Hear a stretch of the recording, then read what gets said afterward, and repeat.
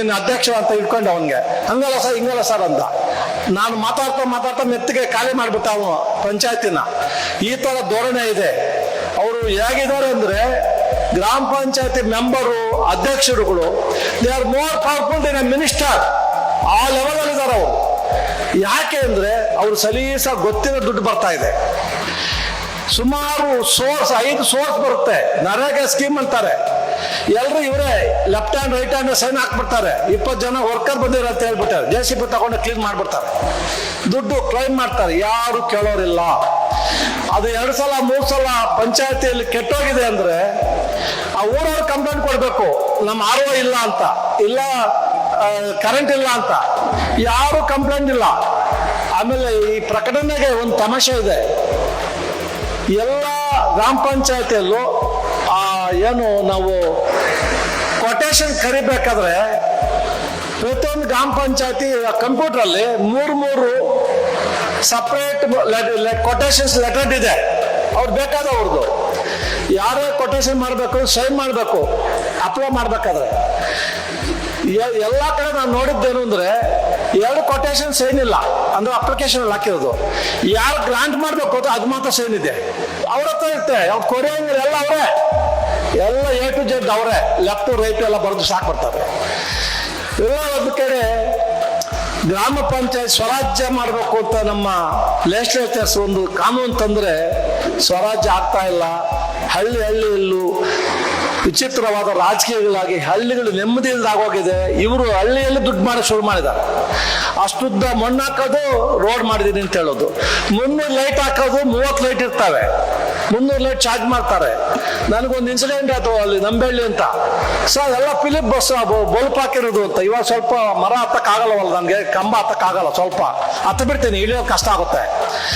ಹೋಗ್ತಾ ಹುಡುಗ ಒಬ್ಬನಿಗೆ ಕಂಬ ಹತ್ತಿ ಅನ್ನೋ ಅಂದೆ. ಓನ್ ಸರ್ ಹೋಗಿ ಬಲ್ಪ್ ಬಿಚ್ಕೊಂಬ ಅಂದೆ. ಬಿಚ್ಚಿದ್ರೆ ಅಲ್ಲಿ ಫಿಲಿಪ್ ಬಸ್ ಅಲ್ಲ, ಫಿಲಿಪ್ ಬಲ್ಪ್ 350 ರೂಪಾಯಿ ಫಿಲಿಪ್ ಬಲ್ಪ್ ಅಂತ ಹಾಕ್ತಾರೆ. ಅದು ಬೇರೆ ಇದೆ. ಏನ್ರಿ ಇದು ಸರ್, ಏನು ಮಿಸ್ಟೇಕ್ ಆಗ್ಬಿಟ್ಟಿದೆ ಸರ್. ಈ ತರ ಯಾಕೆ ಹಿಂಗೆ ಹೇಳ್ತಾ ಇದ್ದೀನಿ ಅಂದ್ರೆ ನಮ್ಮ ಅಧಿಕಾರಿಗಳು ಈ ಲೆವೆಲ್ ಗ್ರಾಮ ಪಂಚಾಯತಿಂದ ಸ್ಟಾರ್ಟ್ ಆಗ್ಬಿಟ್ಟಿದೆ. ದಯವಿಟ್ಟು ನಾನು ಎಲ್ಲ ಅಧಿಕಾರಿಗಳು ಹೇಳೋದು, ಜನ ನಿಮ್ಮನ್ನು ನಂಬ್ಕೊಂಡು ಬಂದಾಗ ನಿಮ್ಮ ಕರ್ತವ್ಯ ನಿಷ್ಠೆಯಿಂದ ನೀವು ಮಾಡಬೇಕು. ನೀವು ನಿಷ್ಠೆಯಿಂದ ಮಾಡಲ್ಲ, ನಾನು ಬಿಡಲ್ಲ.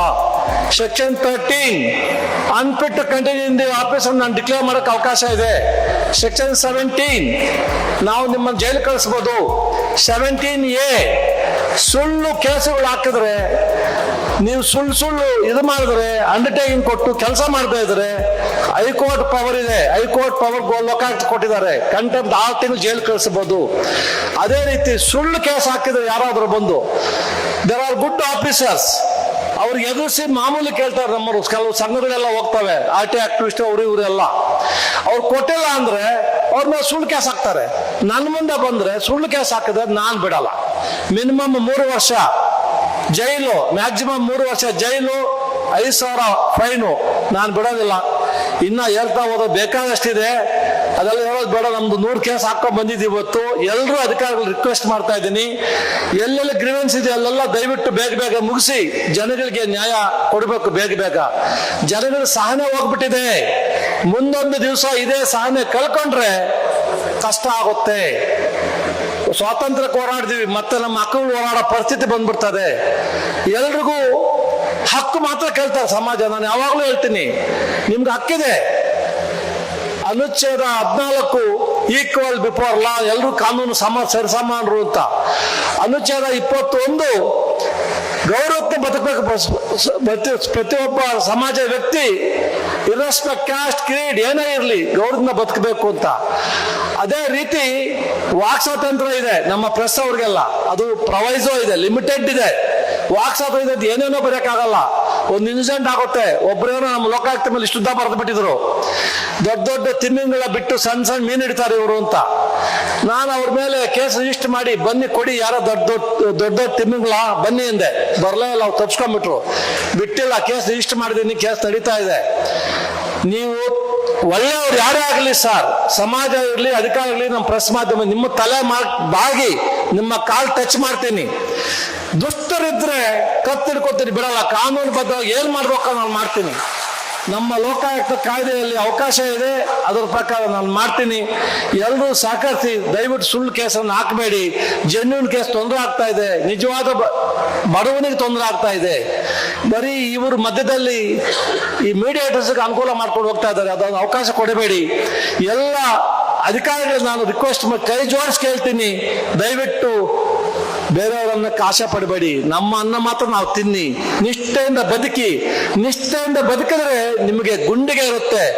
ಮುಂದೊಂದು 3-4 ತಲೆಮಾರು ನಿಮ್ಮನ್ನ ನೆನೆಸ್ಕೊಂತಾರೆ, ಸಮಾಜ ನಿಮ್ಮ ಜನ ನೆನೆಸ್ಕೊಂತಾರೆ, ನಿಮ್ಮ ಮಕ್ಕಳಿಗೆ ಅನುಕೂಲ ಆಗುತ್ತೆ, ನಿಮ್ಮ ಹೆಸರು ಹೇಳಿದ್ರೆ ನಿಮ್ಮ ಮಕ್ಕಳಿಗೆ ಅನುಕೂಲ ಆಗುತ್ತೆ, ನಿಮ್ಮ ವಂಶಕ್ಕೆ ಅನುಕೂಲ ಆಗುತ್ತೆ.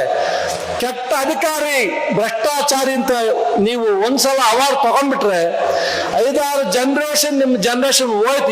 ಇವತ್ತಿಗೆ ಹೋಯ್ತು ನಿಮ್ಮ ಜನರೇಷನ್ ಅಂತ. ದಯವಿಟ್ಟು ಎಲ್ಲರೂ ಆನೆಸ್ಟ್ ಆಗಿ ಬದುಕಕ್ಕೆ ಪ್ರಯತ್ನ ಮಾಡೋಣ. ಈ ಭ್ರಷ್ಟಾಚಾರ ದೊಡ್ಡ ಕ್ಯಾನ್ಸರ್ಗಿಂತ ಬಲಿಷ್ಠವಾದ ಪಿಡುಗದು.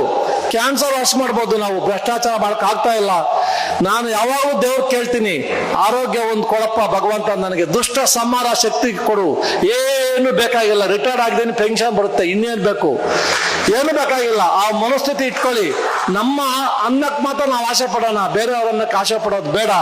ತೃಪ್ತಿಯಾಗಿ ಜೀವನ ಮಾಡಬೇಕು ಅಂದ್ರೆ ನಾವೆಲ್ಲ ಆನೆಸ್ಟಾಗಿ ಬದುಕಬೇಕು ಅಂತ ಹೇಳ್ತಾ, ನಾವು ಬೇಗ ಬೇಗ ಕೇಸ್ಗಳನ್ನ ಮುಗಿಸೋಣ ಅಂತ ಹೇಳಿ ನಿಮ್ಮೆಲ್ರಿಗೂ ನನ್ನ ಮಾತಾಡೋಕೆ ಹಾಕೊಟ್ಟು ಎಲ್ರಿಗೂ ನಮಸ್ತೀನಿ. ಜೈ ಹಿಂದ್, ಜೈ ಕರ್ನಾಟಕ.